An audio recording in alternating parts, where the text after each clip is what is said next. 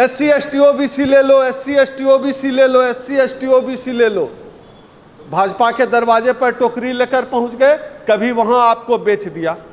कभी कांग्रेस के दरवाजे पर पहुंच गए, SC ST OBC ले लो, SC ST OBC ले लो।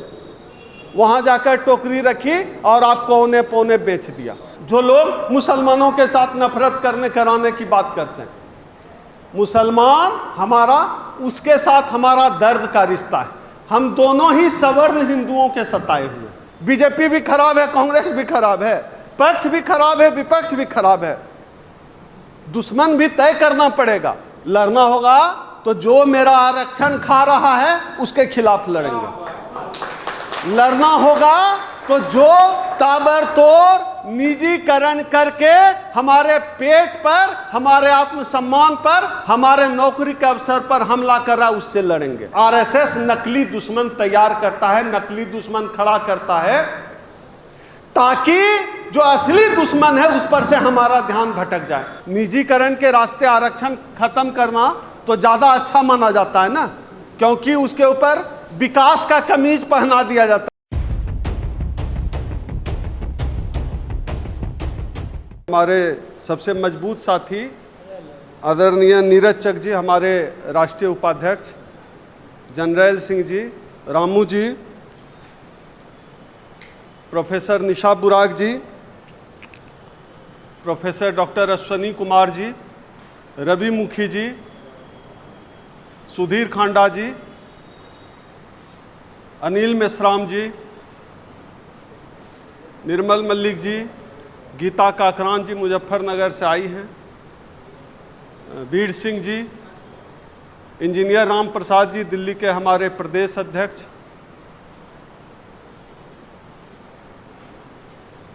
और वो तमाम साथी हमारे छत्तीसगढ़ के प्रदेश अध्यक्ष इंजीनियर वर्मा जी, और वो तमाम साथी, इन मीडिया वाले तो एक दूसरे के लिए, हमारे लिए तो साथी सहयोगी हैं। आप सबों का मैं संयुक्त मोर्चा परिवार की तरफ से, हमारे वीर सिंह दीपक जी किधर हैं? दीपक जी हमारे सबसे मजबूत कर्मठ साथी, जो मेरे साथ 12-1 बजे रात तक लगे रहे, फिर 6 बजे सुबह भी आ जाते हैं। और इस पूरे कार्यक्रम को आज जो हम आपके सामने ले आ पाए हैं, उसके पीछे बड़ी भूमिका है वीर सिंह दीपक जी की, बड़ी मेहनत है। आप तमाम साथियों को मैं संयुक्त मोर्चा परिवार की तरफ से बहुत बहुत धन्यवाद देता हूं कि आप सब यहां आए इस कार्यक्रम में, और हम लोगों ने यह जो शुरुआत की है और यह जो हमारा दूसरा राष्ट्रीय अधिवेशन है उसमें आपने भागीदारी की। हम समझते हैं जो लोग उड़ीसा से आए हैं, महाराष्ट्र से आए हैं, छत्तीसगढ़ से हमारे साथी जो है अजय कुर्रे साहब आए हैं, शारीरिक रूप से पूरी तरह वो फिट नहीं है हमारी तरह, लेकिन वो उन्होंने वीडियो मेरा देखा, मुझे फेसबुक पे देखा, और अपने साथियों, कुछ साथी शारीरिक रूप से इतने मजबूत नहीं है कि यहाँ तक आ पाएँ, वो गढ़वाल भवन में हैं, और अम्बेडकरवादी साथी हैं। उनकी भावना है हमारे साथ, उनकी भावना है बाबा साहब के मिशन के साथ। हम उनका तहे दिल से अजय कुर्रे जी का और उनके साथियों का आभार व्यक्त करते हैं कि आप मिशन में हमारे साथी हैं, आप सहयोगी हैं। आप नहीं हैं तो हम लोग कुछ नहीं है। मिशन क्या है फिर? आपसे हम हैं, आपसे हमारा संगठन है, आप हमारे संगठन की सबसे मजबूत कड़ी हैं। हमारे बहुत सारे साथी अभी हवाई जहाज़ पे हैं, बहुत साथी ट्रेन पे हैं, कुछ साथी बस पे हैं, कुछ साथी इस चक्कर में हैं कि कल वाला जो कार्यक्रम है गढ़वाल भवन में वो अटेंड करेंगे, संडे का दिन है। तो उन तमाम साथियों का, सबका फिर से बहुत बहुत धन्यवाद, शुक्रिया आप आए।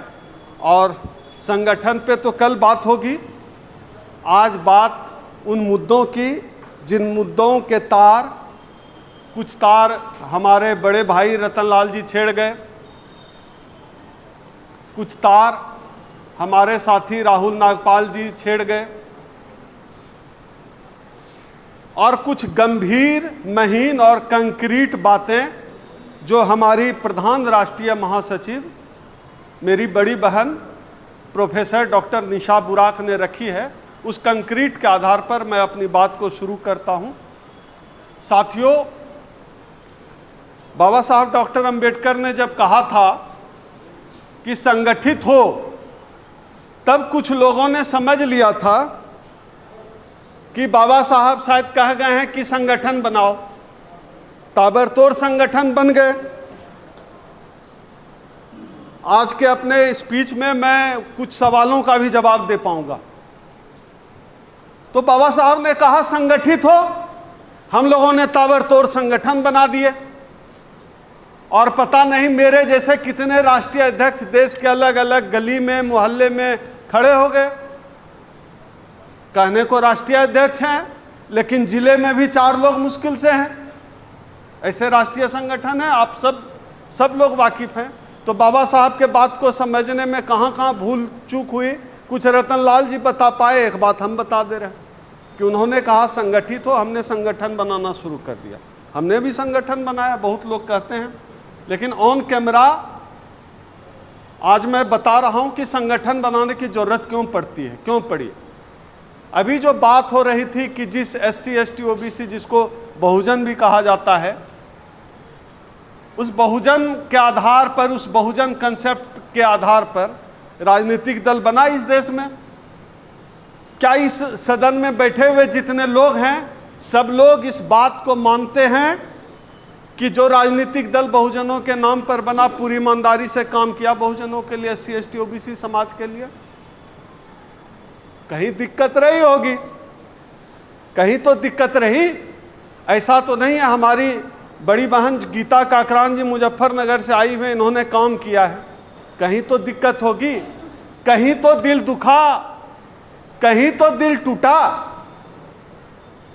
अभी जो मैं ज़्यादा इतिहास में न जाकर, अभी जो बुनियादी सवाल हैं आज की तारीख के, जो बड़े बुनियादी सवाल हैं, उस पर बात करता हूँ।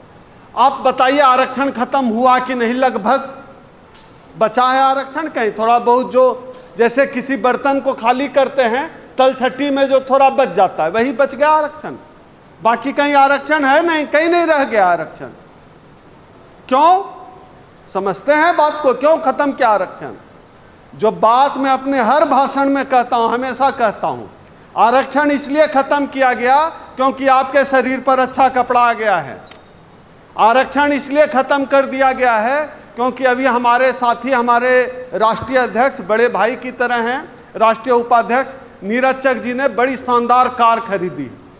आप समझिए ना, अभी रतन लाल जी क्या कर रहे थे, हमारे पुरखे बाप दादा क्या करते थे, उनके मजदूरी करते थे। मेरे बाबूजी भी रेलवे में 4th क्लास कर्मचारी थे, दादा रेलवे में 4th क्लास कर्मचारी हुए, उनके ऊपर वाले दादा भैंस चराते थे। किसी के बाप दादा चमड़ा छिलते थे, जूता सिलते थे, दूसरे के खेत में मजदूरी करते थे, और क्या करते थे? यही करते थे ना। तो आरक्षण ने हमारी जिंदगी बदल दी। अब ये आरक्षण को खा गए, लगभग खत्म। निजीकरण के आरक्षण को सीधे खाया। निजीकरण के रास्ते आरक्षण खत्म करना तो ज़्यादा अच्छा माना जाता है ना, क्योंकि उसके ऊपर विकास का कमीज पहना दिया जाता है। जैसे हमारे बड़े भाई ने बेंडी पहन रखी है, तो कमीज है ब्लैक, ऊपर से ब्राउन कलर की बेंडी है। तो निजीकरण वही है कि आरक्षण को खत्म करने के लिए उसके ऊपर विकास का कमीज पहना दिया गया है। आसान होता है उन लोगों के लिए आरक्षण के खिलाफ तर्क रखना जो रिजर्वेशन के खिलाफ हैं। तो जब रिजर्वेशन खत्म होना शुरू हुआ, चाहे हमारे तो अधिकांश कर्मचारी बैठे हुए, जब रिजर्वेशन खत्म होना शुरू हुआ तो बहुत सारे संगठन बने, लड़ाइयाँ लड़ी गई। मैं ये नहीं कह रहा हूँ कि लड़ाई बेईमानी से लड़ी गई, लड़ाई लड़ी गई। कोई लड़ाई हो सकता है किसी जमाने में बहुत ईमानदार रही होगी, इस बात पे कोई संदेह नहीं है। लेकिन जो सबसे दुष्कर कार्य है, वो दुष्कर कार्य ये है कि इस लड़ाई के नाम पर, आरक्षण को बचाने के नाम पर, निजीकरण के खिलाफ लड़ाई के नाम पर, जो हमारे सरों का, बिहार में सर को कहते हैं मुंडी, मुंडी समझते हैं ना आप लोग, ये धड़ से ऊपर, इसको सर, गर्दन के ऊपर मुंडी कहते हैं।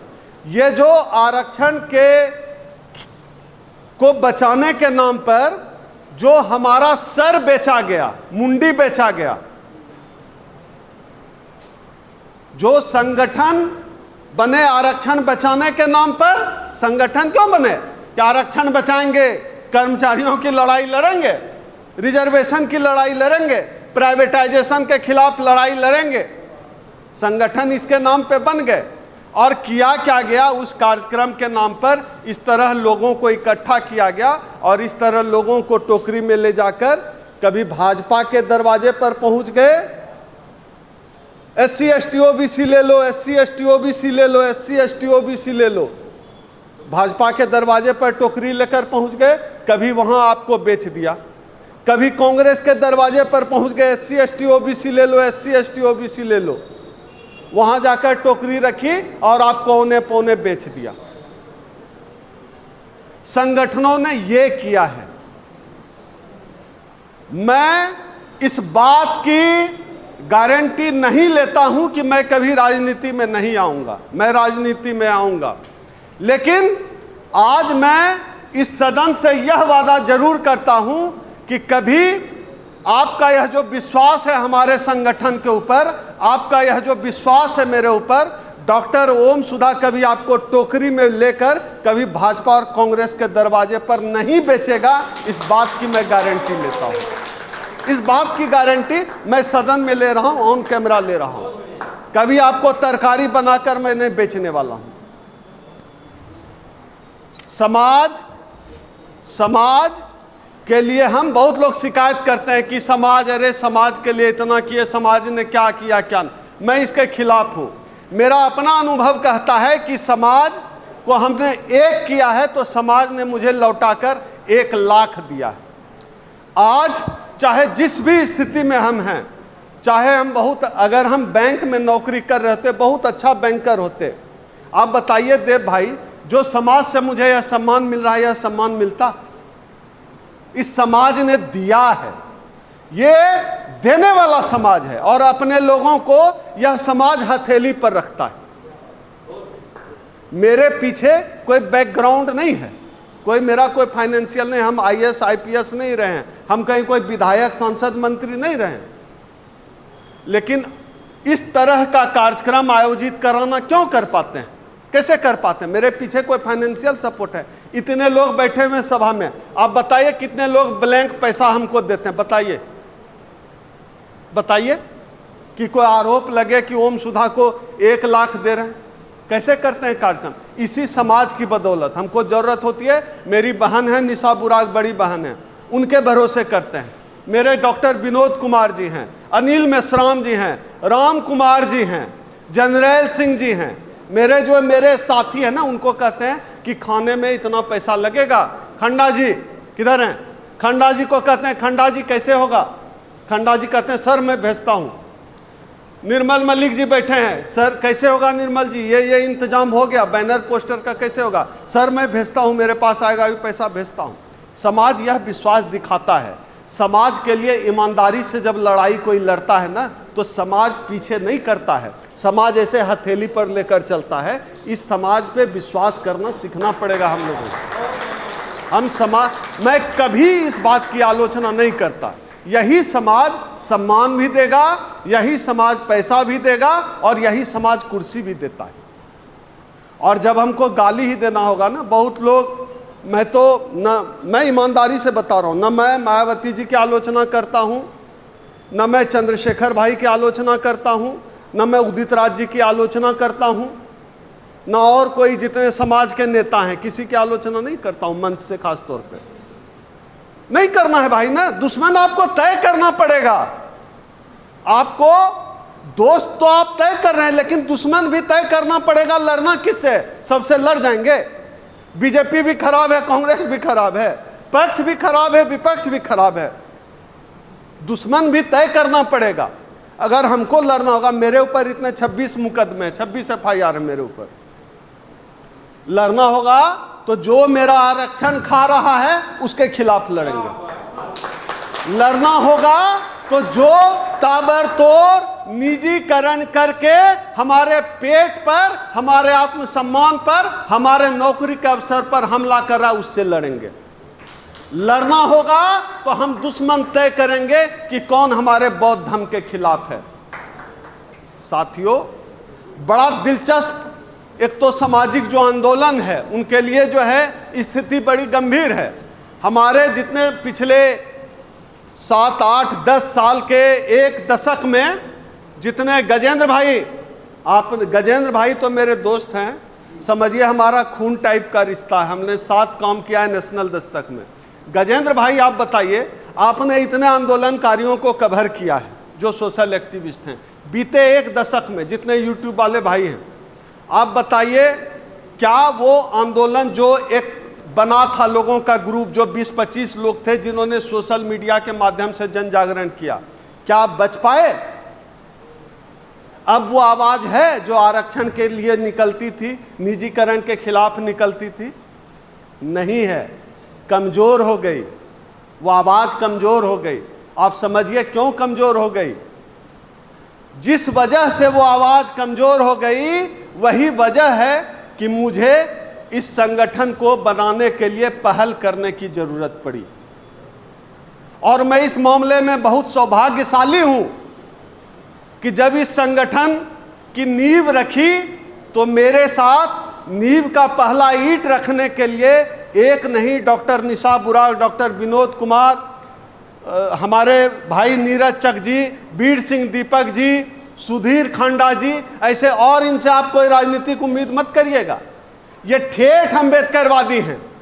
और जिस दिन अगर ओम सुधा बेईमानी करने पर उतर आया ना अपने मिशन से, उस दिन सबसे पहले ये मुझे दुत्कारेंगे। हमारे बड़े भाई हैं अनिल मेश्राम जी, मिशनरी हैं, इनको कोई मतलब नहीं। नीरज चक जी मिशनरी हैं, जहां जुड़े, जहां तब जुड़े जब लगा कि यहां हमारे समाज का भला होगा। क्या कमी है नीरज चक जी को, क्या कमी है जो यहाँ अपना तेल जला के, पसीना जला के आए हैं, रात भर ट्रेन में बैठ के? क्या जरूरत है, क्या जरूरत है? निशा जी लोगों को लेकर आ रही हैं, लोगों से क्या जरूरत है लोगों को? वर्मा जी आए हैं, क्या जरूरत है? यह लड़ाई ईमानदारी की लड़ाई है, अंबेडकरवाद की लड़ाई। यहाँ बेईमानी नहीं चलता है, और बेईमानी करेंगे ना तो यही समाज लात भी मार देता है। और ऐसे कई उदाहरण हैं। इसी के बीच मैं बिना नाम लिए कहना चाहता हूं कि जो समाज आपको कभी माथे पर बिठाता है वह समाज आपको लात भी मार सकता है, मिशन से बेईमानी करता है। और मैं समाज से अपील करता हूं कि जिस दिन डॉक्टर ओम सुधा ने मिशन से बेईमानी की, आप मुझे भी थप्पड़ मारिए, मेरा कॉलर पकड़ के पूछिए कि ओम सुधा, जब तुम्हारे संगठन को तुमको कोई जानता नहीं था, हम तुम्हारे साथ खड़े थे, समाज तुम्हारे साथ खड़ा था। बेईमानी से यह मिशन किसी पैसे से खड़ा नहीं हुआ है, यह मिशन सिर्फ ईमानदारी से खड़ा हुआ है, डेडिकेशन से खड़ा हुआ है। और ऐसा बहुत कम होता है। कितने आप अभी संगठन हमारा बनाया हुआ साल भर लगभग नहीं हुआ, निशा जी, साल भर भी नहीं हुआ है। 6 महीने में हम दूसरा राष्ट्रीय अधिवेशन कर रहे हैं। अगर नीरज चक जी नहीं होते, भाई रवि मुखी जी नहीं होते, बीर सिंह दीपक जी नहीं होते, निशा जी नहीं होती, भाई ब्रिजेंद्र जी, हमारे विजेंद्र जी नहीं होते, हो पाता क्या? यह टीम जो मुझे आज मिली है, यह ईमानदारी से लड़ाई लड़ने से मुझे यह फल मिला है। अगर केस मुकदमा मुझे मिला है तो मुझे यह टीम भी मिली है, जो इतने भाइयों का जो है सहयोग हमको मिला है। बैंक में मैनेजर हैं हमारे राम कुमार जी खगड़िया से, कहाँ कार्यक्रम है सर आ जाएं। सैलरी नहीं मिली है, कर्मचारी सैलरी नहीं मिली है, किसी से उधार लेकर आके देंगे, लेकिन कार्यक्रम में 5,000 10,000 सर कितना देना है, पूछेंगे सर कितना हम दे दें, अभी थोड़ा दिक्कत है, अभी बोले थोड़ा हेल्थ इशू है, लेकिन कुछ ना कुछ देंगे। ऐसे चल रहा है मिशन। और ये मिशन आप समझिए चलेगा।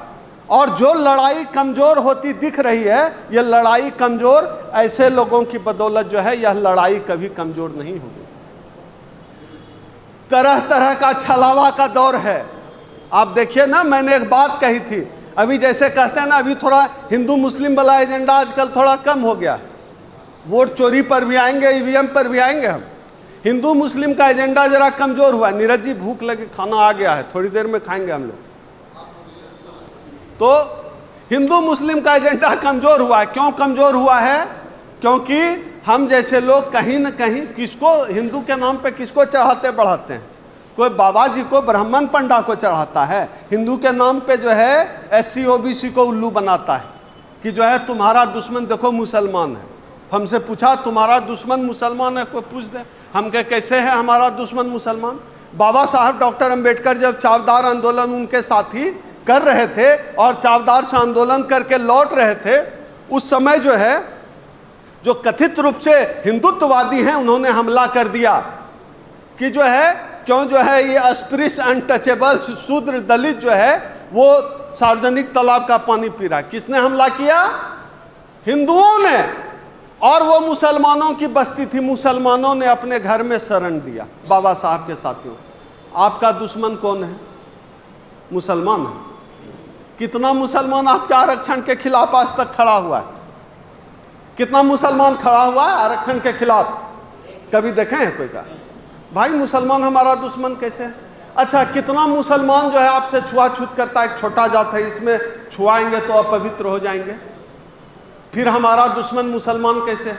मुझे लगता है कि हम लोग यह बात समाज में पहुंचाने में कुछ हद तक सफल रहे और इस बात को आगे तक ले जाना है कि मुसलमान हमारा दुश्मन नहीं है। और दिलचस्प बात देखिए, मैं हमेशा कहता हूं कि मुसलमान और दलित मौसेरा भाई है, उर्दू में कहते हैं खलेरा भाई है। कैसे? दोनों हिंदुओं के सताए हुए। मेरा हक अधिकार कौन छीना? हमको घोड़ी पे चढ़ने से, मूछ रखने से कौन रोका? विश्वविद्यालय में हमारे साथ भेदभाव कौन किया? नौकरी में हमारे साथ भेदभाव कौन किया? जो लोग मुसलमानों को मारते हैं, जो लोग मुसलमानों के साथ नफरत करने कराने की बात करते हैं, मुसलमान हमारा, उसके साथ हमारा दर्द का रिश्ता है। हम दोनों ही सवर्ण हिंदुओं के सताए हुए। इसलिए जब कोई कहे कि मुसलमान तुम्हारा दुश्मन है, उसको समझाइए कि कैसे मुसलमान हमारा दुश्मन नहीं है। याद करिए 2 अप्रैल का आंदोलन। 2 अप्रैल का जब आंदोलन चल रहा था, मैं खुद जहां प्रोटेस्ट कर रहा था, मुसलमान मेरे साथ जो है पेड़ पकड़ के सड़क जाम कर रहा था। जब हम SC/ST एक्ट बचाने की लड़ाई लड़ रहे थे, तो मुसलमान हमारा एक्ट बचाने की लड़ाई लड़ रहा है, हमारे आरक्षण के खिलाफ नहीं है, भेदभाव नहीं कर रहा है, हमारा दुश्मन कैसे हो गया? हम लोग कहते हैं भागीदारी की बात। कितना सीट छेक लिया आपका? मुसलमान को सीट छेका है? आपका सीट को OBC के बहुत साथी आए हुए हैं। वर्मा जी, एक भी सुप्रीम कोर्ट में आज तक chief justice of India OBC नहीं बना। कौन हक मारा? हक कौन मारा? आज जो मंडल कमीशन की सभी सिफारिशों को लागू करने की बात होती है, तो उसके खिलाफ कौन है? मुसलमान है। तो RSS नकली दुश्मन खड़ा करता है। नकली दुश्मन समझते हैं ना? नकली दुश्मन मतलब है ही नहीं, इमेजिनेशन का दुश्मन, नकली दुश्मन वो है ही नहीं। आपको खड़ा किया जा रहा है, फोटो दिखाया जा रहा है। एक ब्लाइंड आदमी, उसको कह रहा है ये हाथी है, ये पकड़े, ये जो है सूढ़ है, अंधों का हाथी, इसको पका दिया, ये सूढ़ है, इसको पकड़े सूढ़ है, लेकिन ये पूंछ है। तो अंधों का हाथी की तरह हम लोगों के सामने जो है RSS नकली दुश्मन तैयार करता है, नकली दुश्मन खड़ा करता है, ताकि जो असली दुश्मन है उस पर से हमारा ध्यान भटक जाए। असली दुश्मन क्या है? जो बात रतन लाल जी कर रहे थे। असली दुश्मन है जो हमारा रिजर्वेशन खा रहा है। असली दुश्मन है जो सरकारी नौकरियों को खा रहा है। असली दुश्मन है जो बैंकों का प्राइवेटाइजेशन कर रहा है। असली दुश्मन है जो रेलवे को आउटसोर्सिंग में बेच रहा है। असली दुश्मन है जो आज भी घोड़ी चढ़ने और मूछ रखने से जिसको दिक्कत है। असली दुश्मन है जो आज भी हमको विश्वविद्यालय में PhD नहीं करने दे रहा है। असली दुश्मन है जो आज भी OBC समाज का सुप्रीम कोर्ट में चीफ जस्टिस ऑफ इंडिया नहीं बनने दे रहा। असली दुश्मन है जो हमको वाइस चांसलर और प्रोफेसर बनने से रोक रहा है। असली दुश्मन है जो आज भी हमारे साथ जाति के नाम पर छोटा और बड़ा करता है, किसी को छोटा और किसी को बड़ा समझता है। असली दुश्मन वो है। तो असली दुश्मन से ध्यान भटकाने के लिए हमारे सामने एक काल्पनिक दुश्मन तैयार करता है। यह काल्पनिक दुश्मन खड़ा किया जा रहा है कि नकली दुश्मन में लगे रहो, मुसलमान तुम्हारा दुश्मन है, असली दुश्मन से ध्यान भटका लो। इस खेल को समझना होगा और इस खेल के खिलाफ लड़ाई लड़नी पड़ेगी। आप देखिए ना, अभी बोध गया में चल रहा है ना महाबोधि मंदिर की मुक्ति का लड़ाई। कौन आपके साथ खड़ा है? देखिए कौन खड़ा है? कोई होता है खड़ा? नहीं होता है खड़ा। आपके खिलाफ कौन है? कोई मुसलमान है? कौन लगा हुआ है? हम तो बिहार के हैं। पहचानिए, यहां जितने लोग बैठे हुए हैं पूरे देश भर से आए हुए हैं, कोई वो नहीं है, कार्यकर्ता नहीं है, सारे लीडर हैं। किसी को भी माइक दे दें तो एक आध घंटा बोल सकते हैं। सारे लीडर हैं, देश के अलग अलग कोने से आए हुए हैं। समझिए, जो मूल सवाल है उस पर से ध्यान भटकाने की कोशिश है। मेरे मित्र हैं शंभू जी, नेशनल दस्तक के संपादक, आप लोग सब जानते ही हैं नहीं दिल्ली में, नहीं तो आते, बात हुई थी उनसे। शंभू जी कहते हैं कि ओम सुधा जी, मैं तो कहता हूं टीवी मत देखो। हम कहे क्या हो गया शंभू जी, टीवी काहे नहीं देखेंगे भाई? 20,000, 30,000, 40,000, 50,000, लाख लाख रुपया टीवी अब हम लोग खरीदते हैं, काहे नहीं देखेंगे टीवी? ना टीवी मत देखिए डॉक्टर साहब, टीवी को टीबी हो गया है। अखबार मत पढ़िए, अखबार बीमार हो गया है। ये जो 7-8 बजे टीवी हम लोग इतना बड़ा मुंह खोल के देखते हैं ना, हर बात झूठ है, हर बात, एक भी बात सही नहीं। अगर वो 7 बजे शाम को बोल देना कि 7 बजे शाम हुआ है, उसको भी झूठ मानिए, इतना झूठा है। और टीवी और मीडिया SC ST OBC के खिलाफ है, इस बात को समझिए। आप देखिए ना, अभी वोट चोरी का मसला चल रहा है।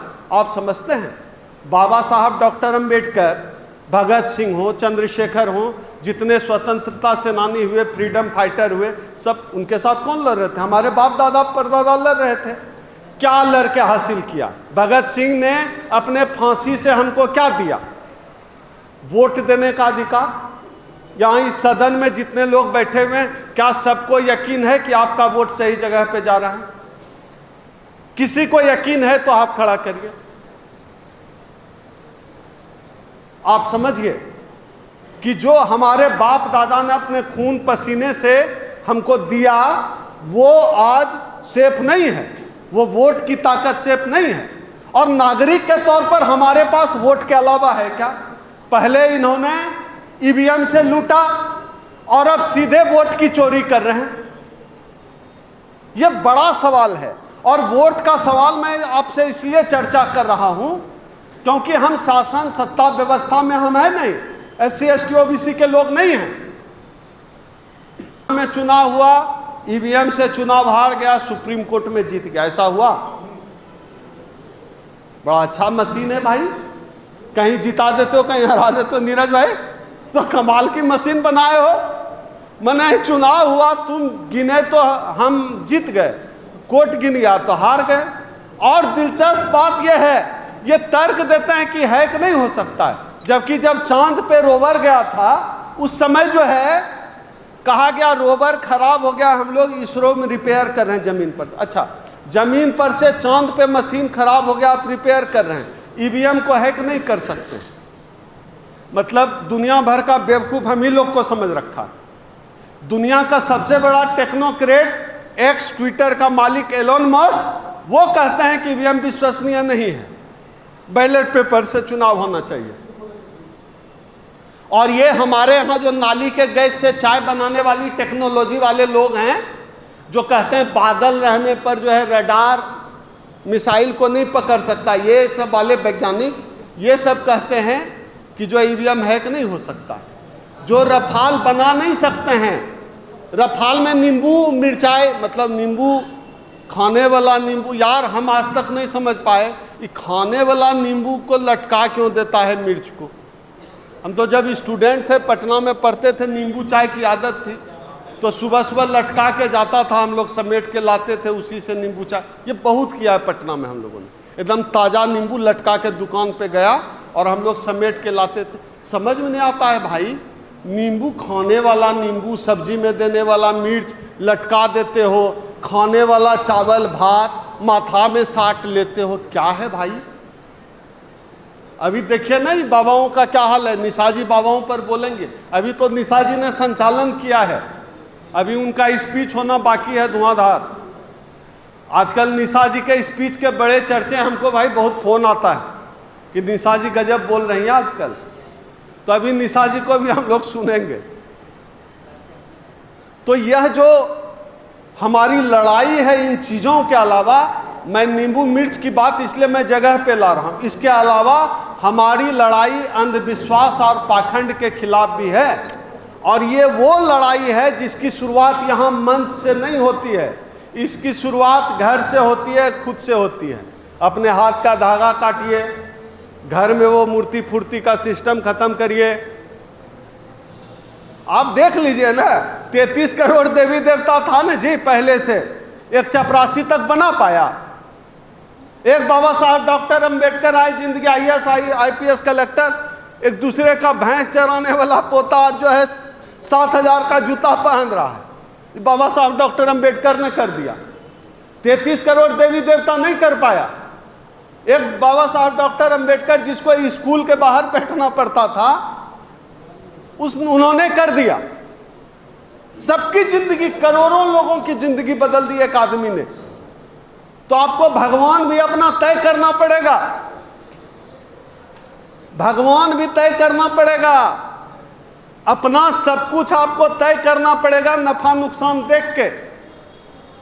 और अलग से कुछ रिसर्च डेवलपमेंट नहीं करना है। बाबा साहब डॉक्टर अंबेडकर सब रास्ता दिखा के गए, बुद्ध का रास्ता दिखा के गए, बस उसी रास्ते पे चलना है। बहुत मुश्किल नहीं है। जब मेरी शादी हुई, मैं अपनी शादी की बात करा रहा हूं, मेरी शादी में कोई ब्राह्मण नहीं था, कोई पंडित नहीं था मेरी शादी में।